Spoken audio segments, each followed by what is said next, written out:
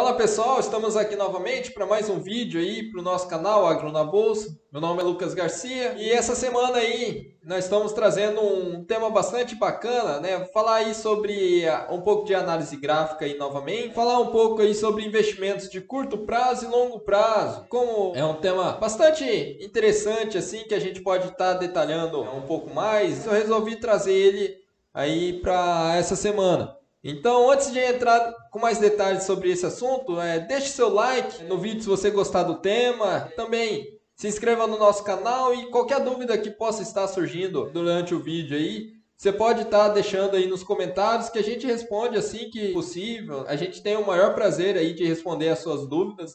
Então, assim, não deixe de interagir com a gente, que para nós é uma satisfação imensa. Então, pessoal, para entrar no tema de hoje, quando que a gente deve fazer investimentos de curto prazo ou de longo prazo? Primeiramente, antes da gente falar especificamente disso, a gente tem que falar qual que é a diferença de um para o outro. Qual que é a diferença aí de você fazer um investimento de curto prazo e um investimento de longo prazo? O que eu ganho de fazer um investimento em longo prazo e o que eu ganho se eu fizer um investimento aí no curto prazo? Como que eu faço aí para escolher um ou outro? Tudo isso aí a gente vai estar abordando durante o vídeo, então assista até o final aí que a gente tem dicas bacanas aí para estar passando para vocês entenderem melhor como é que funciona esses investimentos em commodities agrícolas e como é que eu posso utilizar isso para fazer um investimento dentro das commodities agrícolas.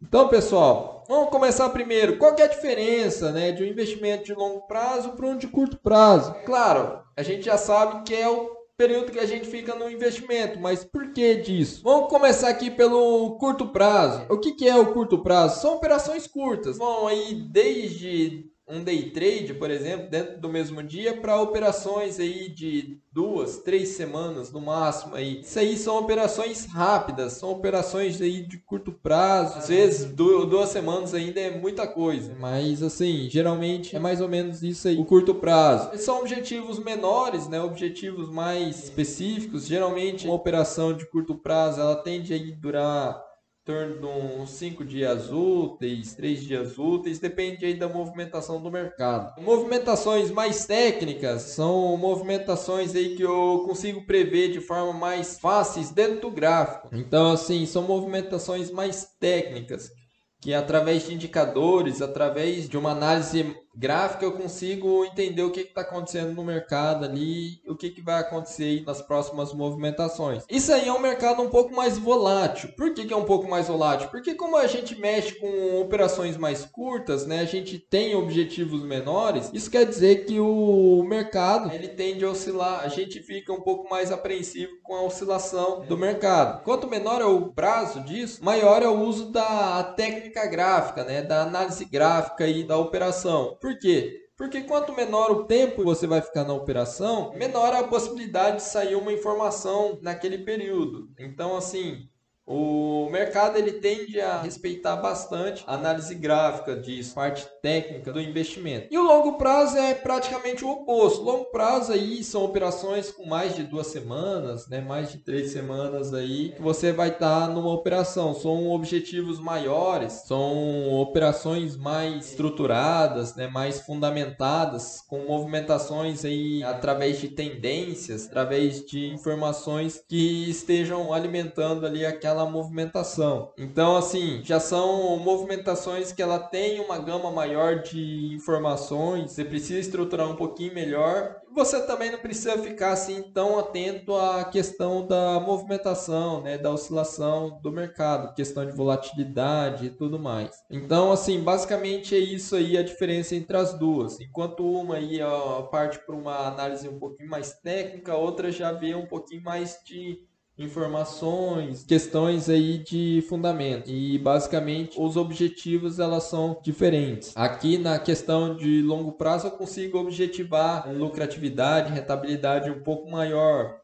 Posso ver aí R$5, R$10 dentro do investimento, enquanto dentro de uma operação mais curta eu vario aí de 50 centavos até R$1,50, R$2, dependendo aí da movimentação do mercado. Então, assim, são objetivos diferentes, são patamares aí de estratégia diferentes. Então, pessoal, eu vou falar aqui um pouco sobre o exemplo. Deixa eu pegar aqui o gráfico. Pessoal, como é que a gente pode trabalhar com um gráfico desse aqui? Tracei aqui um Fibonacci só para a gente estar entendendo o que seria aí uma análise gráfica e uma análise aí mais técnica. O que a gente pode fazer com esse tipo de gráfico aqui? Para quem lembra, para traçar um Fibonacci aí é preciso de um patamar topo e um patamar aí de fundo, e daí você vai ter as outras linhas, né, intermediárias aí para te auxiliar para entender melhor aí como é que é a movimentação.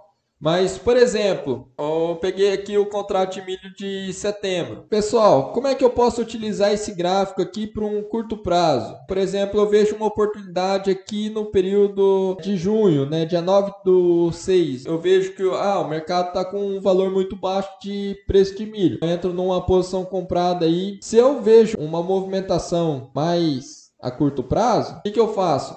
Eu olho o gráfico aqui, eu vejo até que ponto eu posso chegar no mercado. Ó, até 47,57 aqui tem uma resistência, então eu posso ir até lá. Eu vejo até uns 47,40, valor já interessante para traçar o objetivo. Então, assim, tracei o objetivo a 47,50. Por que isso aí? Porque para você traçar um gráfico desse assim, e ele seguir a tendência até o final, tem muitas oscilações dentro do mercado, né? Então, assim, se você quer trabalhar apenas com a parte técnica, é interessante você trabalhar mais no curto prazo, que ela segue mais a tendência aí. No caso aqui, demorou quanto tempo para bater? Dia 29/6, quase 3 semanas para bater o objetivo. Então, assim, é uma movimentação interessante. Você pode estar traçando aí, ainda tende em um curto prazo essa movimentação e simplesmente você vai e surfa no mercado. Ou o que você pode fazer? Um exemplo aqui de movimentação mais longa. Eu entro no mercado aí a 43, eu vejo que o mercado aí tem uma tendência de alta. O que eu posso fazer? Eu acho que 43 aí tá um preço interessante. Eu vejo que o mercado aí tem possibilidade de subir mais. O que eu faço? Entro no mercado aí, objetivo pelo menos aí uns R$7 a mais, digamos, no mercado. Eu vou até uns R$50. Se eu quero uma movimentação mais curta, eu pego aí R$2 na alta aqui, pego até R$3, dependendo da movimentação que eu quero aqui, né? Mas, por exemplo, eu posso objetivar aqui no mais longo prazo, já uns R$7 aí, uns R$5 a R$7. Por exemplo, se eu pegar essa outra movimentação aqui, essa movimentação aqui ela é muito interessante, pessoal. Ó, por exemplo, aqui eu tenho uma oscilação aqui de queda de preço. E aqui eu tenho uma informação muito interessante. O mercado já tinha colhido boa parte do milho no mercado interno. Então eu tinha uma informação que o mercado possivelmente ia bater o piso do preço. Então o que eu poderia fazer? Se eu tenho interesse num curto prazo aí, né, em entrar numa movimentação mais a curto prazo, eu entro numa tendência aí, objetivando aí pelo menos entrada aí a 47,90 aqui, né? Eu posso objetivar uns 49, 49,50 aí pelo menos, né? Ia estar um valor interessante já de ganho, né? Pensando já num curto prazo. Mas se eu pensar num longo prazo aí, eu podia chegar pelo menos nos 55 a R$60. Então, assim, só para entender bem aí o que é que o mercado pode objetivar. Ó, por exemplo, aqui, no caso, se você entrasse aí objetivando uns R$60, R$55, você ia demorar aí pelo menos umas 3 semanas aí para você chegar no seu objetivo, 4 semanas aí para você chegar no seu objetivo aí dos R$60. Então, assim, pessoal, vai muito do quanto você quer ficar no mercado, essa questão de oportunidades, de estratégia de curto prazo, de longo prazo. Então, pessoal, qual que é a vantagem de utilizar o curto prazo e qual que é a vantagem de utilizar o longo prazo? A principal vantagem assim do curto prazo é o menor risco. Mas por que menor risco? A gente não tem mais oscilações, mais especulações no curto prazo que no longo prazo. No longo prazo, geralmente eu estou lá pela tendência. Mas assim, menor risco que eu digo aqui, questão de perder dinheiro, né? Margem de segurança da operação. Por quê? Quando eu entro num curto prazo, eu posso deixar um stop menor. Então, assim, se a oscilação do mercado vir a bater meu stop, eu tenho uma margem de perda menor que num longo prazo. No longo prazo, por exemplo, eu tenho que colocar uma margem de stop um pouco maior, né? Porque como eu estou objetivando um lucro maior, para isso eu tenho que estar estopado num valor um pouco maior que se eu tivesse no curto prazo. Então, assim, quando que isso é interessante? Geralmente quando você tem uma indefinição maior no mercado, né? Quando o mercado está um pouquinho mais indefinido, está mais técnico, né? Mais estagnado, eu posso estar utilizando o curto prazo, porque daí eu objetivo valores menores, estopo com um valor menor também. Então, assim, eu corro menos risco dentro do mercado. Qual é a maior vantagem do longo prazo? Maior retorno, né? A lucratividade ela vai ser bem maior que o do curto prazo. Como é que eu faço para escolher entre um ou outro método? Primeiro, eu tenho que verificar se o mercado está estável em uma tendência ou não. Por que é estável em uma tendência ou não? Você lembra ali que eu dei uma olhada ali nas informações, né? Falei um pouco nos exemplos sobre as informações. Então, se o mercado ele está numa tendência de alta e está caminhando com isso, né? O mercado está mostrando lá que a ponta compradora ou a ponta vendedora está muito forte. Então, o mercado está estável naquela movimentação. Bastante bacana para você estar operando mais a longo prazo. Porque se o mercado está estável numa tendência, porque o mercado vai movimentar para buscar o seu objetivo, né? Se o mercado ele está mais instável ou a tendência está perdendo força, você já começa a trabalhar mais no curto prazo. Então, espera aí, o mercado já perdeu um pouco de força aqui, pode ser que o mercado venha a trabalhar contra a minha tendência. Agora, por exemplo, se o mercado está estável na tendência lá e eu estou numa operação a longo prazo, o que vai acontecer para o mercado mudar essa tendência? Possivelmente troca de informação nova no mercado que acabe com aquela tendência ali. Então, assim, se o mercado está estável para aquela movimentação, tem boas possibilidades dele chegar lá. Para ele não chegar lá, possivelmente tem que sair outra informação para o mercado não bater aquele seu objetivo. A não ser que seu objetivo seja a um valor milagroso, um valor fora da realidade, assim. Mas isso aí geralmente é erro da estratégia, assim. Então, por exemplo, se você tem uma estratégia bem traçada, né, uma estratégia lúcida, única coisa que tem para atrapalhar o seu investimento se sair uma informação nova no mercado. Se sair uma informação nova no mercado, você simplesmente já liquida sua operação e tem aquele ganho menor, mas por conta que a movimentação do mercado pode ser diferente de quando a sua estratégia foi traçada. Então, assim, depois de verificar se o mercado está estável na tendência ou não, você tem que verificar se de acordo aí com os preços históricos, como é que está o comportamento atual do contrato.